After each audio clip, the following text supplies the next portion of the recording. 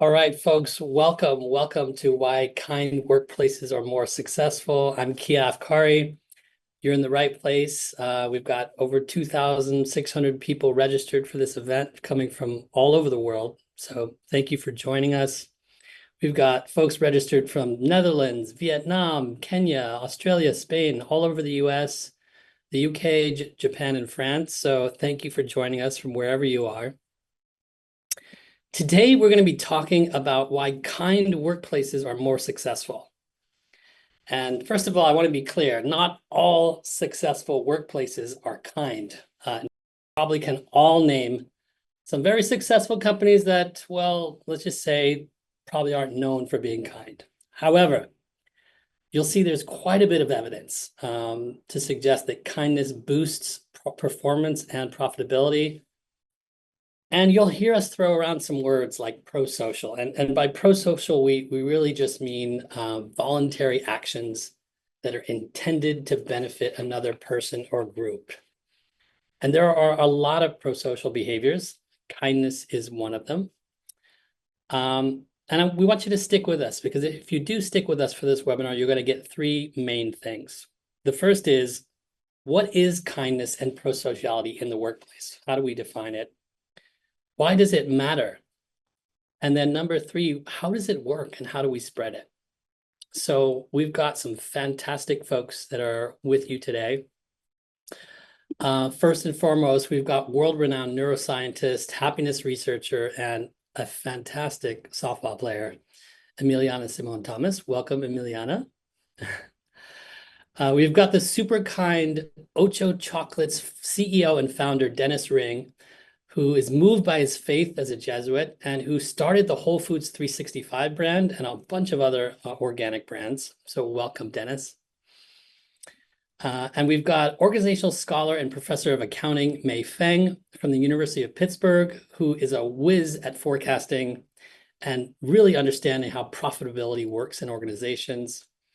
And we've got distinguished scholar Weili, who won the Distinguished Teaching Award at the University of Washington, and who does a lot of reporting on a lot of research on financial reporting and accounting.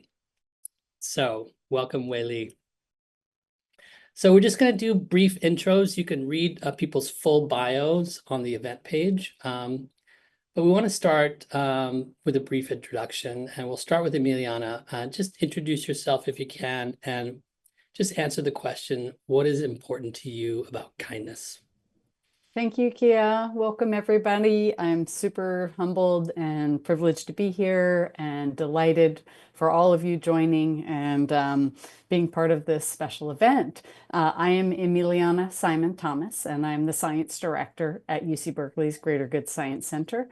I run our Student Fellowship Research Program. I support our large scientific initiatives. For example, we had one for many years focused on expanding the science and practice of gratitude. I teach our Science of Happiness courses and do a bunch of other things. My background is in social and affective neuroscience, and I've spent the last 25 years trying to make the case that our prosocial experiences and behaviors lie at the heart of our lifelong well-being. So thank you, Kia. Awesome. Thank you so much, Emiliana. It's just a pleasure to even be able to work with you. So thank you for being here. May, we'd love to hear from you. Hello, everyone. My name is May. I am an accounting professor at the University of Pittsburgh. My research focuses on different types of information provided by companies, not just financial statements, but information released in earnings announcements and management earnings forecasts. So why kindness is so important to me? Well, a little bit personal experience. Almost 30 years ago, when I first left my hometown in China to come to America, I was a complete stranger to this country. I didn't know anyone, and I wasn't familiar with anything in this foreign country. Even so, many people chose to help me, a stranger. like my classmates, my professors. I still remember my classmate inviting me to hand out candies to kids on Halloween. That was the first time I ever celebrated an American holiday, almost 30 years ago. And there were also my professors who spent loads of time and effort in teaching me how to conduct high quality research. But their support went far beyond that. They were constantly there to encourage me when I felt frustrated and celebrate with me whenever I made a little bit progress in my research. In other words, I have experienced the power of kindness in my life firsthand. So many pieces of joy, empathy, big or small, from my friends, from strangers. And that's why I chose to do research on kindness and prosocial behavior. Awesome. What a beautiful, beautiful answer, May. Thank you so much. Mm. Excellent. Dennis, would you like to introduce yourself? Yes, my name's Denis Ring. Thank you, Emiliana. Thank you, May. I have had a career mostly in the food space as a buyer and then as a program and product developer. Uh, really hit full stride when I developed the 365 product line at Whole Foods and then later on in at Safeway Albertsons with the O Organic line and then ultimately with Ocho Candy. But for me, I look at our workplace as an experience of community and fellowship, as well as an achievement, a goal toward being profitable. And, like May, I had some formative experiences during the summers when I was in high school and college where I was working with blue collar guys, and they never even learned my name. I was just summer help. And that stuck with me because I always wanted to have a work environment where I looked forward to going to work and there was a sense of community. And so the kindness work gets baked into that by being polite, knowing each other's names. If someone's away for the weekend, you say, hey, look, I hope you had a good weekend. But it has more to do with recognizing the dignity and respect of our colleagues at work. Thank you so much, Dennis. Welcome. And Weili, we'd love to hear from you. Thank you, Kia. My name is Weili Ge, and it's a great honor to be part of this special event. I'm a professor of accounting at Foster School of Business at the University of Washington, and I've been doing teaching and research at UW for almost 20 years. One of my main areas of research is on the role of the human element in corporate decision-making. And I'm specifically very interested in kindness or prosocial tendency research because it's very important to me personally. Similar to May, I came from China and I've experienced lots of kind of kind behavior from my mentors and colleagues and friends in this country. And specifically, in the past 5 years, I have experienced some significant personal challenges. And on this journey, it is amazing how much kindness I have experienced from other people, from people I interact with, including May, and sometimes from strangers. It might sound cheesy, but I think it is true that kindness warms your heart. And it is kindness that makes this life worth living. So this makes me very interested in the role of prosocial tendency in the leadership of the corporate world. Thank you. Awesome. Thank you so much, Weili. What a great answer. So let's start with you, Emiliana. You're a neuroscientist, someone who studies prosociality and well-being. Could you just define for us what is meant by prosocial behaviors and describe really why they're important for human flourishing? Of course. Thank you, Kia. So I define prosocial behaviors, and I would also add prosocial states because those are important. And prosocial states refer to like emotional experiences and kinds of motivation, and behaviors are the actions. So I define prosocial states and behaviors as experiences that involve a motivation to attend to and steward or contribute somehow to others' well-being. So gratitude is a pro-social emotion. We feel interested in the welfare of another. We appreciate the extent to which another person contributes goodness to our own lives. Compassion is another pro-social emotional state where we feel concerned about another's suffering and we feel motivated to act in a way that might alleviate or reduce their suffering. So why is prosociality so important? It's basically the currency of cooperation for humans.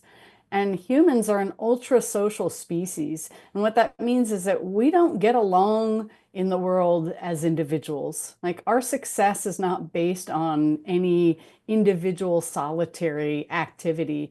Rather, our success and survival hinges on our ability to coordinate our skills and our abilities and our efforts towards shared and common goals. And we're just a lot better at accomplishing that kind of cooperative work when we have these pro-social states and behaviors in our toolkits. So when we are in an environment that is more pro-social, we're likely to experience what's called psychological safety. We're likely to offer our own perspective in authentic and genuine ways. We're likely to contribute to others' projects or engage in ways that actually raise the success for everyone. And we're likely to be innovative, right? We're likely to try things that perhaps were outside of the scope of what we first thought was our domain of responsibility. And so in so many ways, that culture, that environment in a workplace that makes the norm experiences and behaviors that are pro-social is an engine of organizational success. Awesome. Thank you so much, Emiliana. Yeah, I think it's just so fascinating how important this is, not just for human flourishing, but for human flourishing in the workplace. And really to answer this question about the relationship between kindness, prosociality, and profitability, right? We've got this, these two parts of the human existence. We wanted to really know, is there a relationship between the two, between prosociality and performance and profitability? And so we really looked far and wide, and we found the research of Feng and Weili. And it was really important to bring them in today to really talk about that. But before we delve into the research, I think stories are very powerful. And we also found a CEO that we think is a very kind and pro-social CEO. And Dennis and I, luckily, we had a nice coffee at Cafe Strata and had a good time. And he told me some amazing stories. So Dennis, we'd love to hear your story about becoming a CEO and how you really came to lead in the way that you lead. Okay, thank you, Kia. Thank you. I After I graduated from college, I entered a religious order, the Jesuits, which are part of an order in a Catholic church, and spent a lot of time. I was well educated through that experience, and ended up years later leaving the order and doing work in corporate strategy, which was my first introduction to being in what I might call an antisocial, I mean, it was very cutthroat and very impersonal, and it bothered me deeply. So fast forward a few years, I had created the 365 product line at Whole Foods and the organic line for Safeway and Albertsons. I love being in the food space because for me, there's no experience in my life that's more nourishing being at table with good food and people I care about. When I started Ocho Candy, we set up in a very economically depressed neighborhood in Oakland, California. And I started out always wanting to be the best supplier that any retailer ever had, but it never occurred to me until later on that I could be the best workplace for people who worked in the company. And it was something I ruminated upon. I wanted to make sure that people who came to our company felt recognized, they felt safe, and they felt respected. We started with five. We did call them Oompa Loompas. I have to admit this, but we had Oompa Loompas that we had hired from Davis, all these food science people, and we had one shift a day, 5 days a week. A year later, at 55 people, 24/7, and it became clear that there were people in our neighborhood who wanted to work, but had never been given a proper opportunity. So we made a policy where if you could walk or ride your bike to our facility in Oakland, you would get the first crack at a job. This got me thinking about the importance of recognizing the dignity of the people who might otherwise be marginalized. And this included hiring formerly incarcerated people. Almost all of our floor employees, the factory people, were immigrants, and most were women. And this is where the sense of prosocial behavior became more important to me, that I wanted all of them to feel safe. I wanted them to know they were seen and that their cultures were respected. So one of the things I did is, in addition to learning each person's name and coming in the morning and greeting them, it might be Buongiorno Emiliana, right? Or something like this. But I wanted to greet them by name and in their native language. So I speak passable Spanish, so I'd always go to the people who spoke Spanish. And then I learned how to greet people in Thai, because we had employees from Thailand, woman from Myanmar and Guatemala, and all throughout Central and South America, Mexico. One of the moments that I thought was most memorable was I was speaking Spanish to a group of women from Guatemala, and one of the women said, wait, wait a minute. And I said, what's up? She goes, I have to translate. And I said, is my Spanish that bad? And she said, no, but she doesn't speak Spanish that well. She speaks Mom, which is a language that an original Mayan language. And so she translated. That weekend I went home and I looked up how to say good morning to all of you in Mom. And I came in on Monday and I said, Chica Macho Uli. And they went wild and they all started responding in Mom. And I said, look, I've got one trick and that's all I've got. But what was important to me was that they recognized that I respected their language and I wanted to greet them and make them feel welcome.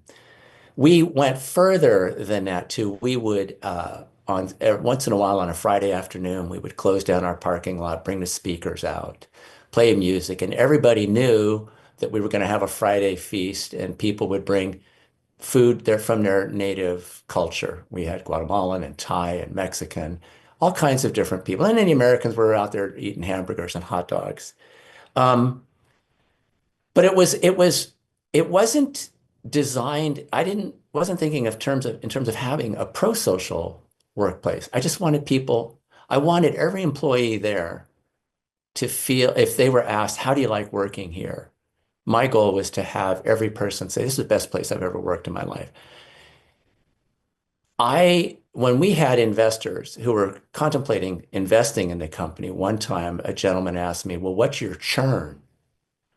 And I'd never heard the phrase, I'd never heard the question. And he said, the guys people who can't stand working here and they walk out one day and say, I'm done with you. And I thought about it for a minute. And I looked over to one of my colleagues. I said, well, Miguel had to go back down to Mexico to help his grandmother. And the investor was saying, no. The people who just hate it and walk out.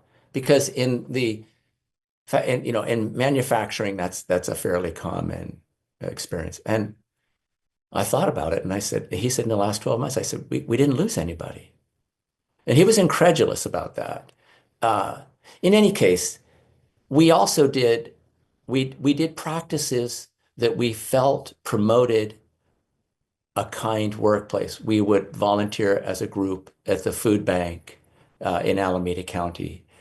We would have, the management would go into the back room and sit down with the employees during the lunch hour. And when something happened, if somebody was in crisis or they were afraid of a problem, they would bring it to us. In any event, for me, I think it's important to think about this from the subjective point of view. I felt nourished by having warm relationships. Emiliana, I like the language you used. There was warmth, there were friendships. They would come over to my house sometimes for dinner. And it was a workplace that had a sense of mutual respect. And who wouldn't want to work under circumstances like that? So thank you. Awesome. Thank you so much, Dennis. I mean, I think it's really interesting when you talk about this concept of churn. The idea that a lot of workplaces just expect to lose a lot of people, that people get fed up and leave. And that when you're starting a company, you're kind of building in the idea that you're gonna push people out because you don't have a good workplace, you don't have a kind workplace. And I know a lot of companies struggle with this because it's very expensive to replace your workers all the time. And this idea of creating a workplace that has more kindness, more prosociality, probably saved you a lot of money in terms of hiring new folks and training new folks. But again, what touched me about your story is that not only was this a great workplace for everyone involved, it was probably a better workplace for you as well. Oh, absolutely. It Absolutely. made you want to go to work, right? Is that right? Yes, it is. I want to say, and this is going to feed into May's work too. It's really hard when you lose employees and have to retrain them. And what ends up happening is that sense of dissatisfaction permeates the rest of the group. And that can even lead to issues of sabotage or theft or anger among employees. But one of the nice things, I bake bread. I have an oven outside, and it's just as easy for me to bake 5 loaves as it is to make one. So I would bring extra loaves of bread in, and it was a function of just, here, this is up for grabs. Anyway, I've said my piece. Awesome. Well, thank you so much, Dennis. And we want to hear more stories. So this is excellent. So we wanted to kind of ground you in a story about prosociality and how a CEO like Dennis can lead in that way. Because we really want to change the narrative that there's only one way of succeeding. There are many ways to succeed, and leading through kindness can have huge benefits. So this is what we believed, but we really wanted to ground it in the science. And so I want to start with you, Professor Feng. May, if you could please tell us a little bit about your prior research in accounting and measuring financial performance, and then how you really transitioned into thinking about the prosociality of CEOs. Sure. So many of my earlier research projects were actually grounded in this new classical economic framework. At its core, this framework assumes that individuals are rational and self-interested, that we all try to maximize our own utility, usually by maximizing our income or wealth while minimizing our effort. So within this model, decision-making is focused entirely on our own benefit. There's no space actually for others' well-being. We just don't consider whether our actions or decisions might help or hurt someone else, unless they directly affect our own interest.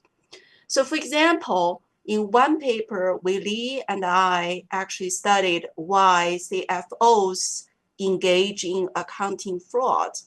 Our analysis focused on personal costs and benefits CFOs face when deciding whether to engage in fraud. And the underlying assumption was that CFOs wouldn't be concerned about the possible huge losses or harm such fraud could cause to shareholders, unless this harm somehow affect the CFO's own compensation or their job securities. Then several years ago, things actually has shifted.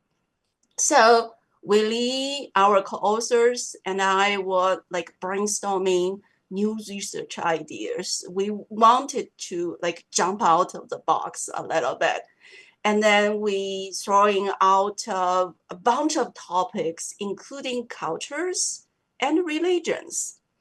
And then we realized, like, if you think about cultures in both like US and China, even though they are very different, but both cultures actually encourage prosocial values, things like kindness and helping others.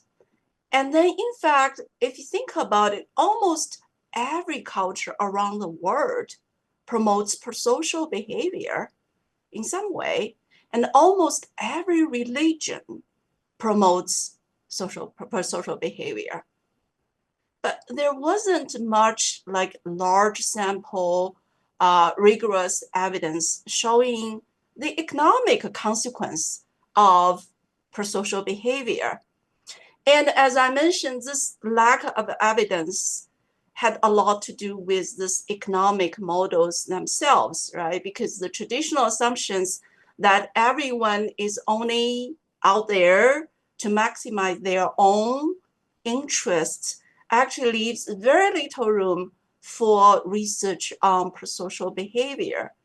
So we kind of feel very excited, like this is a new research opportunity for us. So we plan to, read a lot and explore this type of research, like ask, will the CEOs act differently if they keep others' well-being in their mind? How will this type of CEOs affect firm profits and firm value? And that's sort of the start of our series research about prosociality. Yeah. I see. That's fascinating, May. Really, really interesting. And I think it's really interesting, how you talked about how traditional economics is, a lot of it is focused on, maximizing individual returns. Like everything is really about like people act for their own benefit. And so this is a newer area of study as it relates to profitability. So awesome. So we want to delve a little bit deeper into the research that you and Professor Weili did together. So Professor Ge, in your study, which is called Prosocial CEOs, Corporate Policies, and Firm Value, and for greater good listeners, we wrote an article about this, so we'll link to that article. But Professor Ge, we'd love to hear from you just a little bit about your methodology for this research, how you actually went about finding kind and prosocial CEOs, and actually the results of your study. Thank you, Kia. So May and I and our two wonderful co-authors, Zhe Ling from California State University and Wei-Ting Luo from Singapore Management University, we have 3 studies on prosocial CEOs. Kia, what you refer to is our first paper, so which I will talk a little bit more about. And then at the end, I want to very briefly discuss our next 2 papers. We identify prosocial CEOs based on their involvement with charitable organizations. We use IRS database to identify charitable organizations. Essentially, we examine whether the CEOs of public traded companies, whether they serve on charity boards. Because if CEOs, they spend time to serve as directors or chairman or chairwoman on charity boards, that means their involvement is pretty significant. And they see this as a priority in their busy schedules. They devote time to it, right? That's our main measure. And then we validate this measure based on their language during conference calls, their earnings conference calls. We look at how they use their personal pronouns during earnings conference calls. And we find that prosocial CEOs, they are less likely to take credit for good outcomes. And they're also less likely to blame others for bad outcomes. So this is in contrast with very self-centered CEOs. So we thought that really helps us to validate this measure. And then we look at corporate policies that these prosocial CEOs take. And we find that when we compare with companies led by non-prosocial CEOs, those companies with prosocial CEOs, they experience lower executive turnover. This is actually consistent with what Dennis talked about earlier. Dennis talked about churn rate, right? What we find is that below CEOs, we have all these different like subordinate executives, chief financial officers or like chief operating officers, chief accounting officers, but generally at this executive team, turnover is lower. We also find that such firms with prosocial CEOs, they have more employee-friendly policies, such as better maternity policy, better pension plans, things like that. They also have higher customer satisfaction, and these companies also engage in more corporate responsible activities. Then what is the implication for, let's say, like firm value, profitability, right? Then we find that these prosocial CEOs firms, on average, they have a higher firm value, operating performance. And very interestingly, we find that they also have lower firm risk in terms of volatility. And this is interesting because this tells us that having a prosocial CEO is almost like having insurance policy against difficult times. During difficult times, because they already have this goodwill with different stakeholders, and then people will stay with you, which means lower risk. So we thought that's really interesting. So that's our first paper. And we just published in Review of Accounting Studies. And then because May, Zhejiang, Wei, now we are accounting professors, then we are interested in, okay, so we know something about corporate policies. Then what about accounting information quality, right? That's important for capital markets. And then we find pretty robust evidence in our second paper that firms with prosocial CEOs, they are much less likely to have accounting frauds, to have low accounting information quality. Generally speaking, prosocial CEOs are less likely to cook the books as expected, right? So the first two papers, they're both about kind of corporate outcomes. Then in our third paper, we're still working on it, we're interested in what about individuals, prosocial individuals for themselves? What are the implications of being prosocial? Some of our preliminary findings suggest that prosocial individuals, they are more likely actually to become CEOs or become a top management team of a public traded company. Also, it takes a shorter period of time for them to get to the top, right? So this indicates that actually there are some benefits for themselves in terms of labor market outcomes. And we're still like working on this third project. Yeah, so that's a kind of quick summary of what we have discovered so far in our research on prosocial CEOs. Thank you. That's awesome. Thank you, Professor Ge. I think this is really, really interesting that you talk about this idea that it's almost like an insurance policy to have a prosocial CEO, that it reduces risk. Do you have a sense of, so is it really just that risk part of it that is leading to more profitability, or what do you think are the mechanisms that are leading to more profitability of these prosocial CEOs? Mm-hmm. Yeah, very good.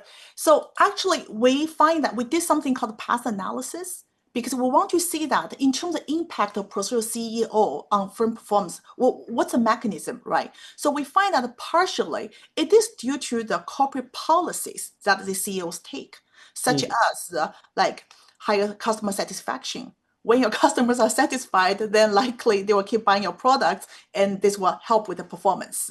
So we do find that it is the policies that the CEOs take that help them with the performance.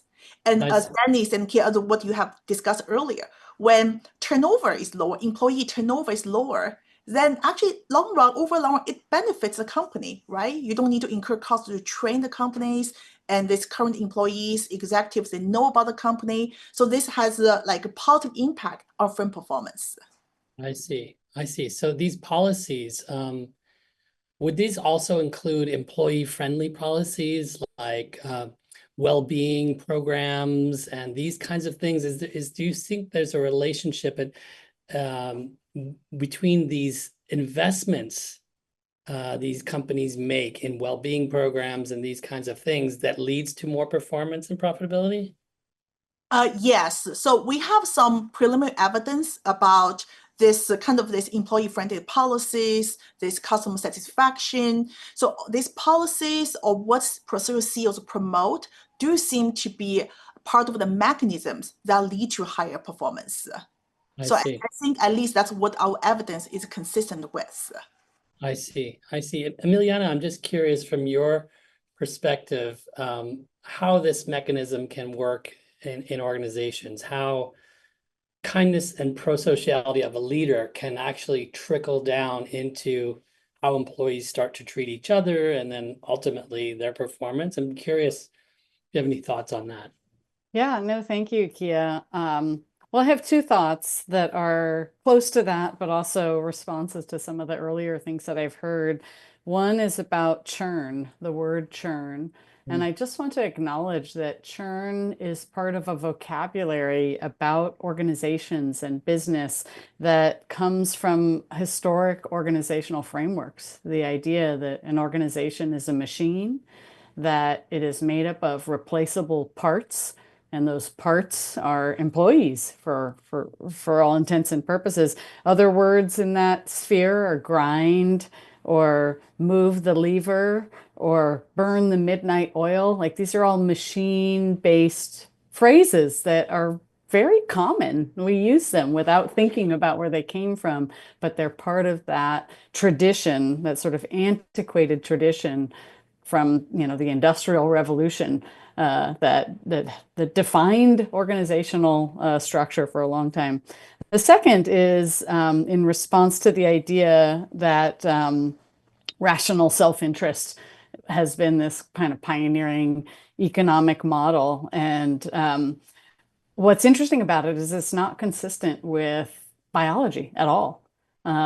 Yes, the human nervous system is wired in such a way that we recognize and experience pleasure when we gain resources. Like, there is a whole pathway and a number of structures that have evolved so that we can seek opportunities and move towards things that we think are beneficial. But one of my favorite studies, which was a collaboration between neuroscientists and economists at University of Oregon, showed that these so-called reward pathways, right? They used oxytocin and a number of other neurotransmitters that are usually known for dopamine.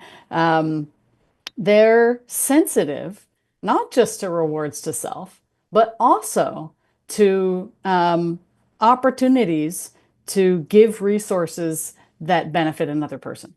So when we give and we know that we're giving in a way that has benefited somebody, this activates our reward pathways.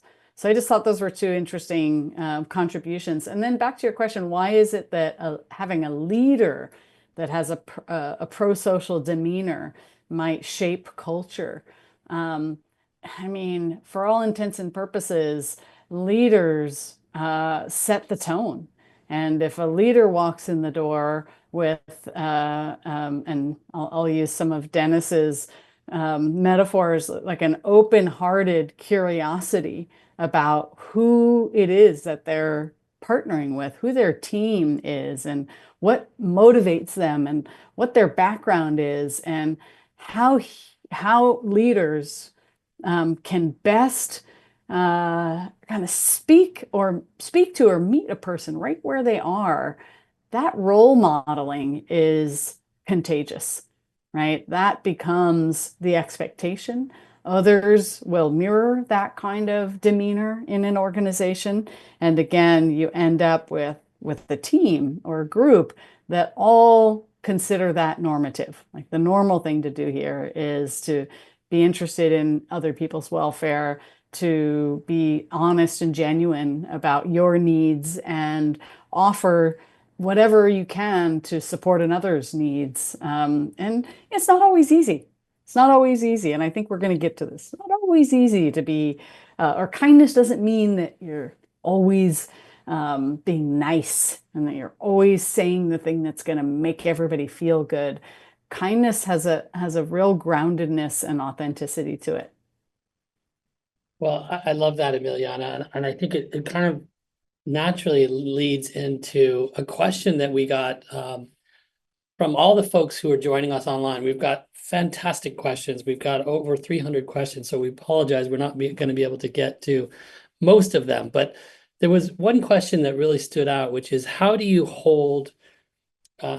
be a kind leader, but also still hold people accountable for performance? And I think, Dennis, you had some thoughts about this, but anybody can chime in. But this idea of like, can I be kind, but also hold people accountable for good performance? What are your thoughts on that, Dennis? I think every CEO faces this situation, not just once in a while, but with some frequency, that if there's an issue that needs to be addressed, then to have a one-on-one with the person, or if it's a group, a smaller group of people. But I think that the kindness gets represented, first of all, in listening. To go in, if there's an issue related to performance or a problem that needs to be addressed or resolved, to go in with a sense where if the CEO goes in and says, I already know everything about what's going on and I'm going to address the problem and I'm going to fix it. And there's expectations for CEOs to have that kind of skill set. But I think it's better to go in and this is something we did try and foster at Ocho. It's just like, tell me what's going on. Why did this happen? And how do we make sure it doesn't happen again? Because this isn't good for the company. I mean, there comes to mind, one of our employees forgot, we didn't make chocolate. We used it. And I went in one day and found out we were 20,000 pounds shy of milk chocolate. And I was pissed. I was angry. I was like, how could we not have the most essential ingredient? But it was, and the person who was responsible for this said, I simply forgot. And my response was, okay, I've made every single mistake in the book 10 times over. Let's forget about this. Let's figure out how to solve the problem. It isn't a matter of critiquing and making or denigrating the person, as it is respecting that and assuming, let's give them the assumption of the benefit of the doubt, assuming that they're trying to do a good job.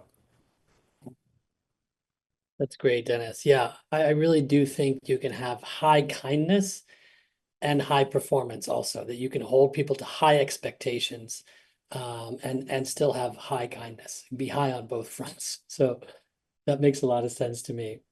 So Yeah, could I share the thought that maybe when you do have a culture of kindness, there's actually less of a need for holding people accountable. I'm speaking to Dr. Gu's work, right? The idea of an insurance policy, like people who have a sense of ownership in the company that they work in because they belong, because they're seen and heard and met, they hold themselves accountable.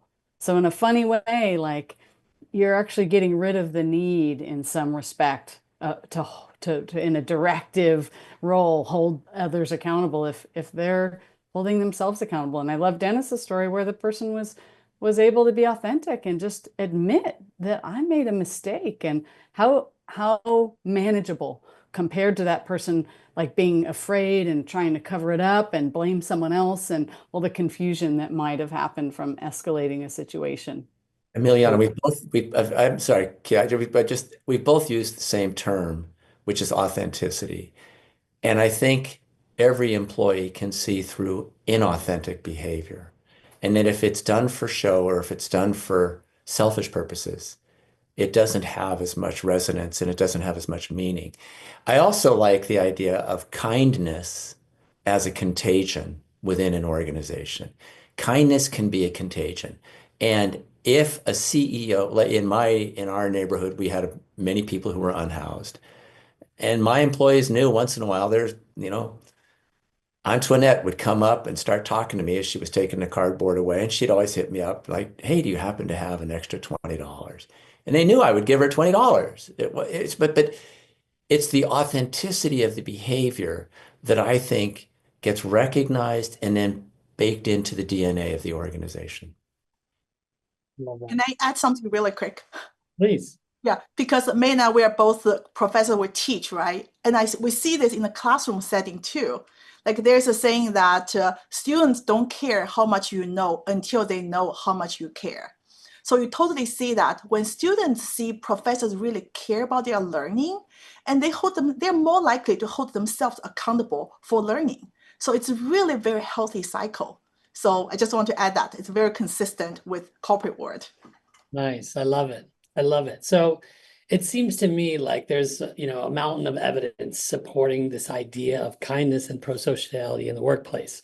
So the question is, how do we actually make it happen? What do we actually do next week when we're back in the office? I know we've got a lot of leaders on this call, or people who are trying to influence leaders to act in this way. And I just want to highlight a few things from Denis's story that you all can try, right? Because I think it's less about these individual acts of kindness and more about regular rituals, more about this culture where we have regular rituals of kindness. And so in Denis's stories, this idea of individual greetings and connections with your employees, as a leader, you don't have much time, but if you can take 5 minutes to do that walk in the morning and say a few greetings, that just goes a long way. Regular social events like your potlucks and barbecues that you did, Denis, and the shared community service.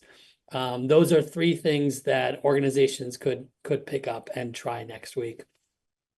And I have a few favorite, kind of pro-social rituals that I have worked with in different organizations. One of those is called an appreciation go-around, and this is something anybody can do in an organization. It's literally just appreciate the person to your left, and they appreciate the person next to them, and we just go around the circle that way. You can do it on Zoom, you can do it in a room, and I'm telling you, try that for 5-10 minutes in your next meeting, and it will markedly change the tenor of your meeting. I actually had one group we did it with, and we got to the 3rd person, and this woman just broke down into tears. And she said, I've been working here for like 14 years, and I had no idea that you all appreciated me. And I didn't even think you all liked me. And I was like, wow, that is so intense. And such a simple ritual that anybody can do in the workplace. So this appreciation go around is something that you can do, connecting folks' work to meaning, right? In the chocolate factory, can we talk about the fact that we are spreading joy through this chocolate? Or, if we're in construction, we're building a wall that's going to help people live in a room and grow, right? So connecting folks to purpose and meaning. And in your next one-on-one, if you're a leader, in your next one-on-one, you can use one of Greater Good's resources, which is called 36 Questions to Increase Closeness. You can Google that, 36 questions on the Greater Good website, and choose one of those questions that you can start your one-on-one meeting with. These are some of the context in which leaders lead today. So I want to really turn it over to the whole group and hear your ideas on either something that you do or something that you would encourage other organizations to do. People who are listening on this webinar, what's something that they can try, next Tuesday that would really help create these rituals of kindness and prosociality? And anyone can jump in.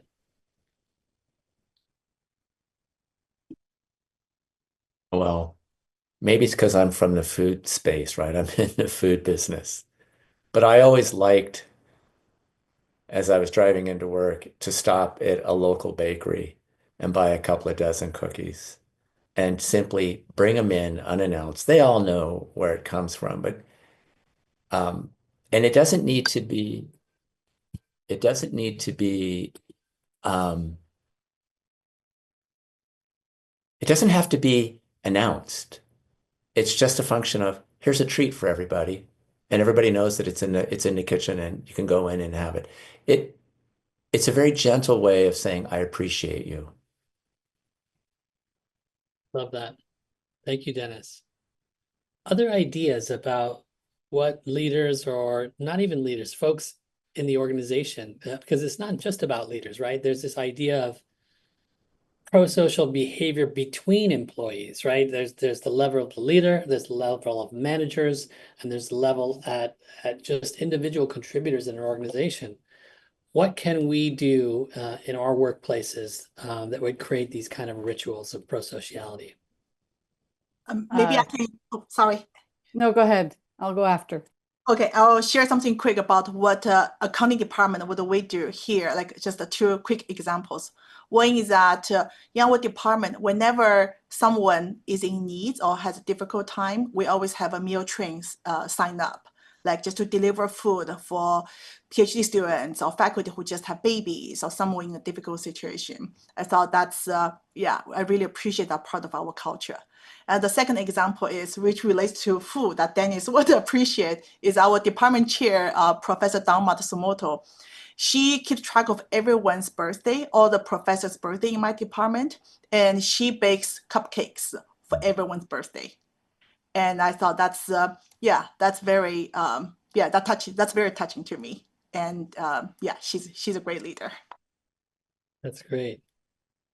I wanted to share and honor Kia, our moderator today, who sometimes shows up with the most delectable, mouthwatering homemade cardamom buns. And I've been so lucky to be a recipient of that moment myself. So that's an example in action. What I wanted to offer was the option of taking a walking meeting. There's lots of evidence that time in daylight, time around greenery or in green spaces or close to nature are uplifting at an individual level, but also create a sense of connectedness between people. And so it's almost like a contextual way to uplift your pro-social tendency or innate motivation. There's a study that I actually really love about reconciling conflict. And I want to honor and acknowledge that there will be times where you disagree with your colleagues and you feel strongly about different approaches. Turns out if you try to find a solution or some shared understanding, if you do that during a walk together outdoors, it's easier. It comes to light quicker. Some people think it's because you're physically moving in synchrony, and humans are really sensitive to synchrony and ritual.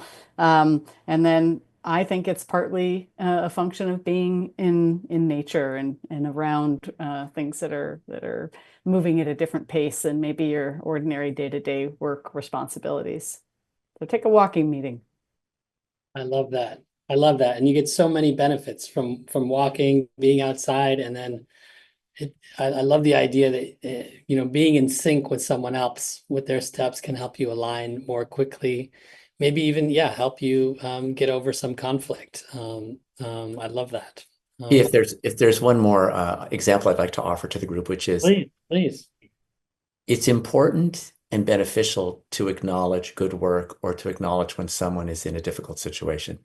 And it can be done with a text or it can be done with an email. But I used to like a little handwritten note that would say, listen, I know it's been really stressful this week. I appreciate that you're here. Just it has a different, if it's a handwritten note, it has a different weightiness to it. And it takes just as long. It doesn't take that much. But something just, I was touched by the person who broke down and weeping at being acknowledged in the appreciations and the gratitude. But to be acknowledged and to be recognized for doing a good work or for enduring is it's a nice way to be generous. And again, if we're going to use, I love this idea of kindness as a contagion, but that's an authentic way to say, I'm in it with you. I love that. I love that, Dennis. Yes. And I know some organizations, they actually have kind of thank you postcards in their workplace to make it easy for people to just be like, hey, thank you so much for helping me out with this project. Or I really appreciate how you really thought about our customers. Or I really appreciate how you helped someone else out. And I'm sure Emiliana could talk a lot about kindness and contagion. There's quite a bit of research on that, right, Emiliana? Yeah, I mean, many studies have reported the kind of pay it forward phenomenon, where if you are the recipient of kindness, and particularly if you also are the kind of person who experiences gratitude when you have been the recipient of kindness, your likelihood of then behaving in a more generous and kind way, both towards the person who was kind to you, but also towards anybody else who you encounter within, the next 2 hours is considerably higher. So absolutely, there's a real sensitivity to kindness, not just having been the recipient or the extender, but also witnesses. So there's this fascinating study that Sonia Lubomirsky and Joseph Chancellor did in a organizational setting where they assign people to be either the kind actors or the recipients, or just third parties who saw the kindness, and there was benefits for all three. Interesting, interesting. So I know we're almost at the end, but we had some really interesting questions from YouTube and from the folks that sent in questions ahead of time. I'm going to throw a little difficult one for you.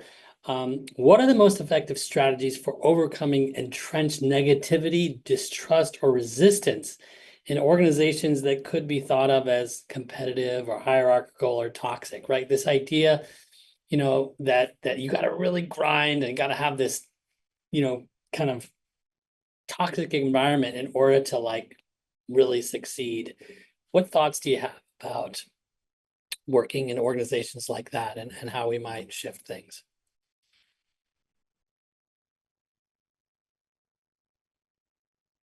I know it's a tough one to throw out. I'm going to jump in because, I think this phrase toxic masculinity has currency in our society today for a reason. And I've worked in an organization where there was this toxic masculinity where the highest compliment was that this guy's a hammer. Going back to Emiliana's, mechanical fungibility of employees, right? We hated it.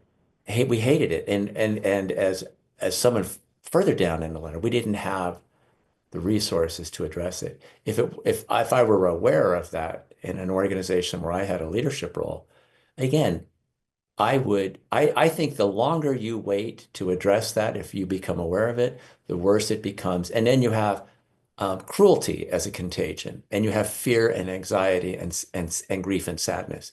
But I do think that if one's aware of it, I think the starting point is to meet with one's peers and say, how do you feel? What are we going to do? If we are in organizations where there's not enough organizational or emotional intelligence to table the issue, then you're stuck. But if there's a glimmer of hope, I think it's always worth the effort after consulting with peers to try and bring some light to the problem. Got it. Got it. Thank you so much, Dennis. Yeah, I had one other idea, which I think is kind of simple, maybe will be perceived as low effort, which is to reward teams for their accomplishments rather than focusing on individuals. It's like a small little policy change where instead of me feeling like I have to exploit others' weaknesses in order to be successful myself, I know that it's part of the charge to work together with my colleagues in order to be recognized and to accomplish things. And so, yeah, just shifting the understanding of what you're recognized for is being somebody who can work together with others rather than being the hammer can be a small step. Awesome. Thank you so much, Emiliana. I love the idea of incentivizing teamwork there. So this is great. I think we've just got about a minute left here, but we really want to thank all of you, first of all, to our panelists for joining us, for your time, for your scholarship, for your deep work in this area. We want to thank you to everyone at The Greater Good for helping make this happen, all our folks in marketing and Nicole helping all set up this whole thing. And we really want to thank you to our donors. The Greater Good is a nonprofit. We get all of our funding from grants and those kinds of sources. So we really appreciate our donors. And to you all, if you're interested in bringing the Greater Good, bringing speakers to your organization, both Emiliana and I and several other speakers at the Greater Good can come to your organization. and do talks, workshops, leadership retreats, all these kinds of things. So we're going to just share with you just a closing slide, and thank you all really for the time that you spent with us. We appreciate your time so much. And if you want to bring a greater good speaker, you can go ahead and click on, take a picture of that little QR code and learn more about our greater good speakers and workshops. So thank you again to everyone, and we hope you have a great rest of your day.